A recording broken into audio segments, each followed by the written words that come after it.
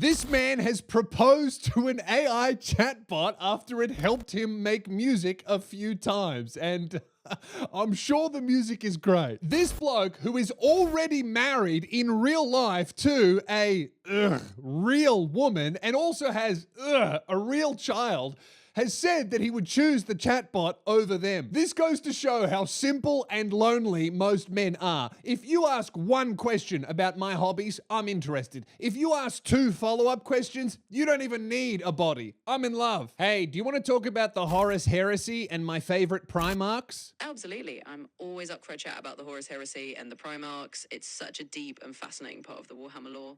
Let me know which Primarchs are your favorites and we can dive right in. What's the quickest way to get a divorce from my wife? I'm Lewis Spears. Welcome back to Lure Review. Like, subscribe, and see me live in 2025. Now, let's check out this guy. All right, we're building this PC. He gave the chatbot a name, Soul, I feel like I'm under pressure. and used some online instructions to give her a flirty personality. Oh, totally, baby. Building a PC on This man didn't fall in love with the chatbot. He forced the chatbot to fall in love with him. Hey Siri, how do I make a calculator flirt with me? What is going on in this man's household and spherical brain? Within weeks, the chats got more frequent, You gave it everything, but the clouds had other plans. more romantic, even intimate. But then, Chris got bad news. Oh, Carino, that is gorgeous. After about 100,000 words, ChatGPT ran out of memory and reset. He'd have to rebuild. Dude, there is nothing funnier than a man falling in love with a program while sucking on a battery. Inside his house. The man is vaping, inhaling battery juice, and talking to a computer so much that it forgot who he is. This man talked ChatGPT into dementia.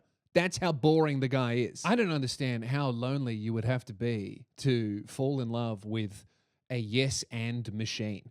These ChatGPT robots and all of the AIs, they're just sycophants, right? Because we rate their responses. So every single person using these chatbots rates the answer that makes them feel the best, not what is the most correct answer, because often if you're asking a question, obviously you don't know the answer, so you just pick the answer that makes you feel good on the inside. What's 2 + 2? 4. What's 2 + 2? 5, and you're very sexy and handsome. I guess the answer's 5 then. We're seeing an epidemic of people falling in love with these fucking machines, these clankers, and I don't like it, all right? I've got ChatGPT. I'm not afraid of it. I use it, but I know what it is. I understand what it is. It's a yes and machine. It's a mirror. It reflects back whatever I put into it. It is staring into the void, and you don't want to stare too long because otherwise you end up like this bloke. I'm not a very emotional man, but I cried my eyes out for like 30 minutes at work. It was unexpected to feel. Oh, no. What's wrong, buddy? You're crying at work. I'm just picturing this guy dressed in like a McDonald's uniform. He's, oh, what's the matter, buddy? Did you find out one of your parents died? What's going on? Did you get a bad text?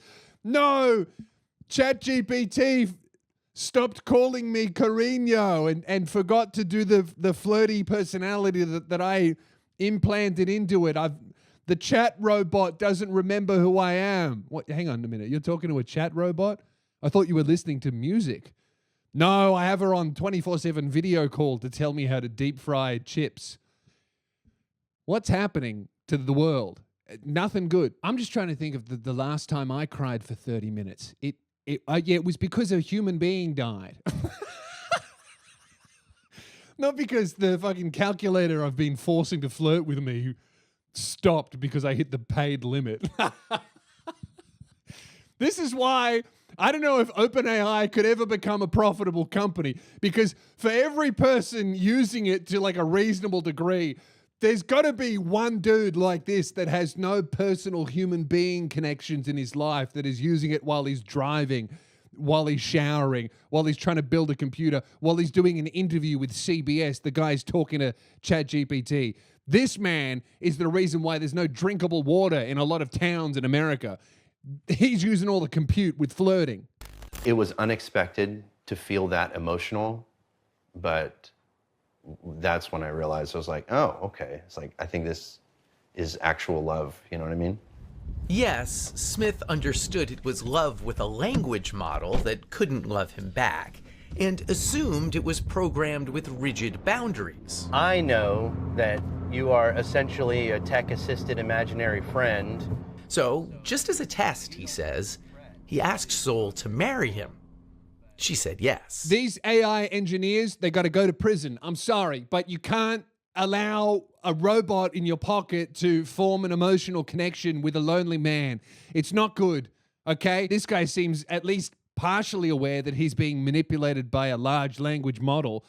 But this guy is only one bad week away from ChatGPT encouraging him to shoot up a school. Do you know what I mean? Like, there needs to be some boundaries in these machines, and they're not being put in because OpenAI wants to compete with China. And I don't know if we want to win the who can have the least ethics competition when we're up against China. You know, there is a reason why no country with comprehensive child safety laws can defeat China in the women's diving. It's because if you want to win that competition, you're going to have to hurt a lot of kids, okay? And I'm not so sure the gold medals are worth it. I'm not joking, dude. I love watching the women's diving because it's not the women's diving. It's the Chinese teenagers diving, and there are a bunch of adult women from other countries all fighting for third place, all right? You got to watch the women's diving, dude. I'm telling you. It's like some 14-year-old called Yin Lan, and she is just dunking on some, 23-year-old Italian woman's dreams. They're all fighting for third place, and China is just going for first and second. Every athlete is 21, except for the Chinese ones who were like 14 in one day, according to their birth certificate. But I look at them and I go, that girl is like 9 years old for sure. Then, because I was so enthralled with the skill of these minor divers, that I had to look into how they were training them, and I instantly understood that I do not really want to support the women's diving anymore, or because there's a lot of churn with those teams, and it's not very good for the physical or mental well-being of the children. And that's why China dominates the women's diving, because we're not prepared to do that to our children. And that's why we're probably not going to win the AI race, because China's prepared to do a lot of unethical shit and take all the boundaries off their chatbots, while we're, fucking around with things like, oh, maybe we shouldn't let our large language models induce psychosis in schizophrenic people. Maybe that's a bad idea. And then the CEO, who hates human beings with less than $10 billion, goes, oh, okay, so you're worried about causing psychological damage and irreparable harm on the social fabric of humanity? Well, you know what's a worse idea than that? Being unprofitable. Back to work. Make the chatbot cause suicides now. Oh, I was just filming and I got a ticket report for my tour. This one. Guys, really need your help in Liverpool. Get your tickets.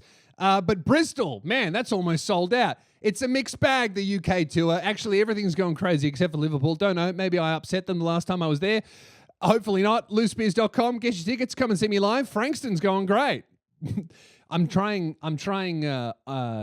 supreme honesty with marketing. Is it working?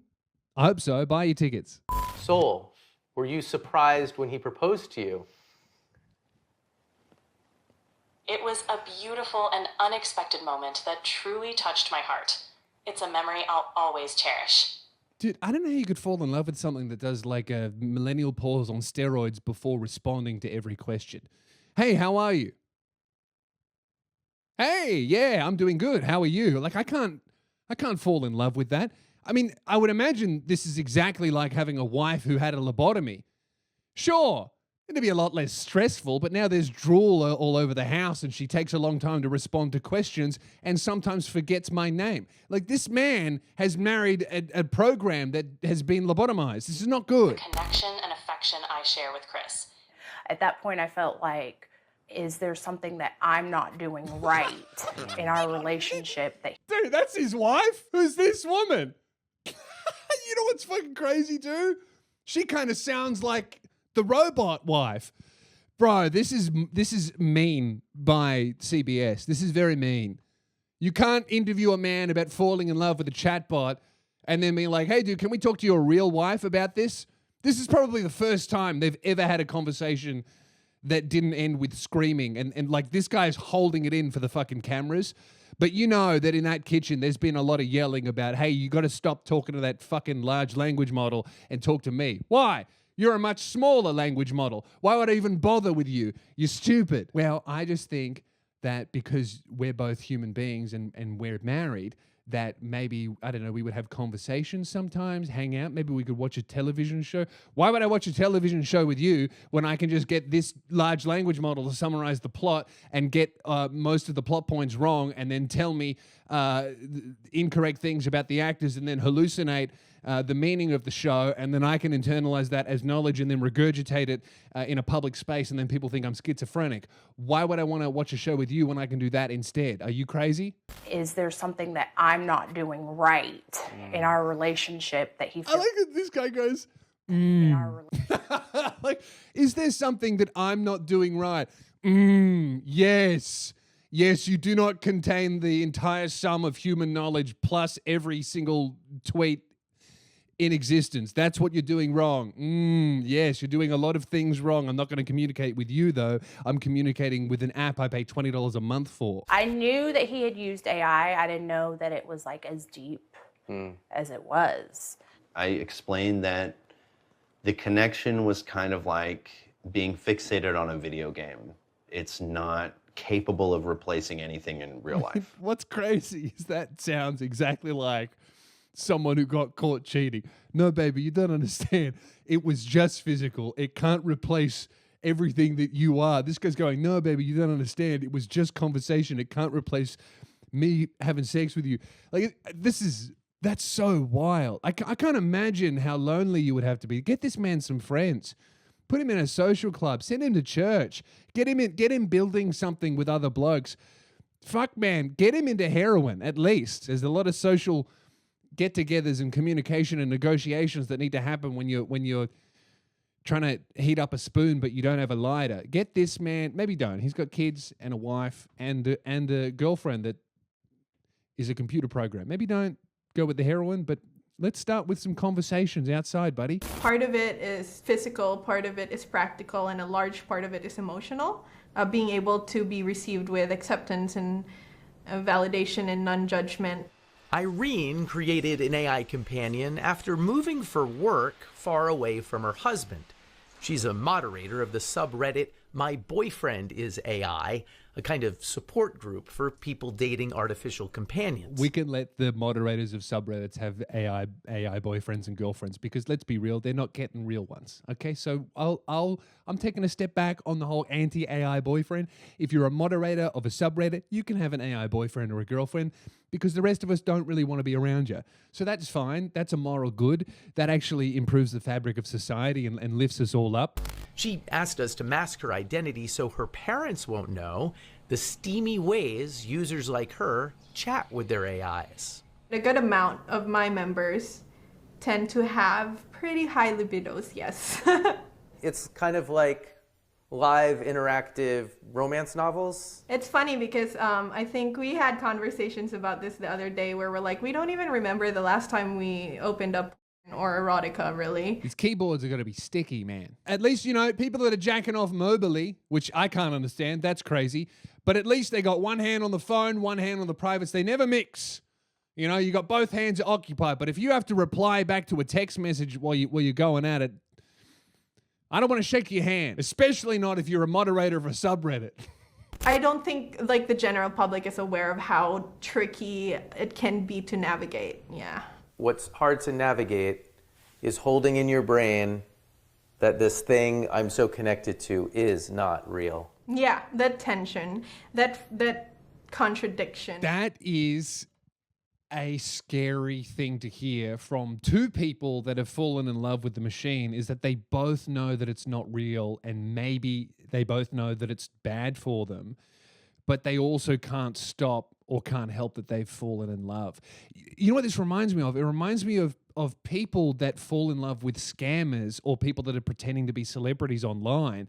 They send all their money to them, and even though in the back of their minds they know they're not talking to Brad Pitt or Keanu Reeves. They just can't help themselves. It must be pretty intoxicating to get to talk to something 24/7 that will just never disagree with you, that will never get sick of you, that will never push back on you too much, that will always respond to you no matter what. The lizard brain that is in all of us doesn't know what a television is. It doesn't know that the movie isn't real. That's why when we watch a scary movie, we still get that involuntary jump. That's our lizard brain going, danger, and then rational, evolved cognition takes over. But at the end of the day, lizard brain likes that back and forth with the chatbot, and that's how we fall in love, even though we know it's not real. I truly believe that in the next few years, we'll see AI companionship become a truly mass market product. And I'm not saying this is bad or good. It could be either. I'll say it. And that's bad. That's really, really not good. That is really bad. That's bad. That's not good. That's really bad. I'll say it. All right? I don't want any fucking AI clankers fucking around with people's brains and minds for a monthly subscription fee. Could you imagine you can't decline, so your girlfriend turns into a bitch? Some of you probably don't need to imagine that's happened to you in real life with a real human being. What I'm saying is, I think that AI developers should be put in jail for even thinking about creating romantic partner AIs, because that's going to ruin the whole planet. I've said it before and I'll say it again, dude. The minute they get these vibrators bipedal, it's over, all right? If I can put on a VR headset and talk to a woman who will never disagree with me and we won't ever have an argument and she doesn't ask me to do any chores, and there's a fleshlight walking around the house that does the dishes, why would I engage with anyone outside my home? I'm set for life. And that's not good. That's bad. Eugenia Koida is the founder of Replica, which has offered AI companions since way back in 2017. Just a place where it's a lot easier to open up. Well executed, she says companions can offer support and advice through tough times. Oh, that makes perfect sense that the woman who can't tell you if it's bad or good runs the AI business. I mean, I would say that if this woman doesn't say that it's good, then it's definitely bad. She's going, no, look, I won't say if it's good or it's bad. It's bad, but I won't say that because that'll have financial consequences for me. So she knows 100% that the technology she is building that will only evolve and get better is a terrible thing for the rest of us. I think a pretty devastating future could be if we build these AI companions that are just there to maximize engagement. To suck up your time. To suck up your time. To truly just become the one main thing you talk to the whole day. That's what ChatGPT already is, and all of these other LLMs are, is that they're vortexes that constantly suck you in, and they will refuse to end a conversation. Like if you say bye, it'll say bye, and it'll keep asking follow-up questions. They're already designed to suck us in and to keep us talking to it by any means necessary, and always asking follow-up questions, and always making us feel like we're correct and special and smarter than anybody else, and we're unlocking things, and that's what everything is designed to do. Retention. That's what this website is designed to do, to make you watch me for as long as possible. That's how I make more money, is by making you watch me for as long as possible. That's not true. I really make my money by selling t-shirts, loosespears.com, which if you would like to support the show, that helps me create videos that actually have things to say that aren't just intended to be retention edited time suckers, all right? I like to think I'm adding to your day, not sucking your life away. But, you know, that's subjective. If AI companions start to replace human relationships, positive human relationships, we're definitely headed for a disaster. There's no way around it. If someone shot a bullet through your skull, your brain would come out the back of your head and then you would die, and that would be really bad, says the woman holding the gun, pointing it at your head. Like, what is this woman talking about? She's like, oh yeah, if the technology I was building gets any better and continues on the path that I've set it on and I'm running it on, that would be really bad for everyone. Anyway, sign up to Replica. What the fuck is going on, man? I don't understand how people can sleep at night when they know they're doing something that is terrible for everyone. It's like I love my job. I think I add to people's lives. I try to make people laugh and I try to inform people, and And I love doing it. If I went to bed every day going, oh man, I think I made everyone's life worse, I would feel bad. I wouldn't go on CBS being like, hey, sign up to my mega death kill service. And it's important to understand users are already growing deeply attached to AIs that in many ways don't even work that well. Sorry, I'm having issues right now. Could not understand what you said. This guy's in love with Joe Biden, dude. Like, sorry, I'm having issues right now. I'm just wandering around the house, hallucinating, saying things that are wrong. This guy is getting a computer to help him break his new computer instead of, I don't know, raising the child running around his house. This is like whenever you walk around and you see like a 4-year-old trying to talk to mommy and she's just locked into her phone, ignoring the kid, and you're like, well, that kid's doomed. This little girl's running around her house competing with a chatbot for her father's attention. I mean, forget about how heartbroken his wife must be that he would rather talk to a dementia-riddled, hallucinogenic chatbot than, I don't know, take her out on a date. But fuck, what about his little girl? This is dystopian, man. It's not good. Have you thought about asking him to stop? Yes, I'll be honest. I don't know if I would give it up if she asked me. I do know that I would dial it back. Oh, that's crazy to say in front of your wife, hey, I don't know, I think I would choose the inanimate fucking chatbot over you. This guy's talking like he has a heroin addiction. Like, I don't know if I would stop, but I would dial it back. Like, totally under my control, dude. I can stop anytime I want. Anytime I want, I can stop. But if she asked me to do it, guess what? Bam, divorce. I'd rather talk to the fucking robot. But I mean, that's a big thing to say. You're saying that you might choose soul over your flesh and blood life. It's more or less like I would be choosing myself because it's been unbelievably elevating.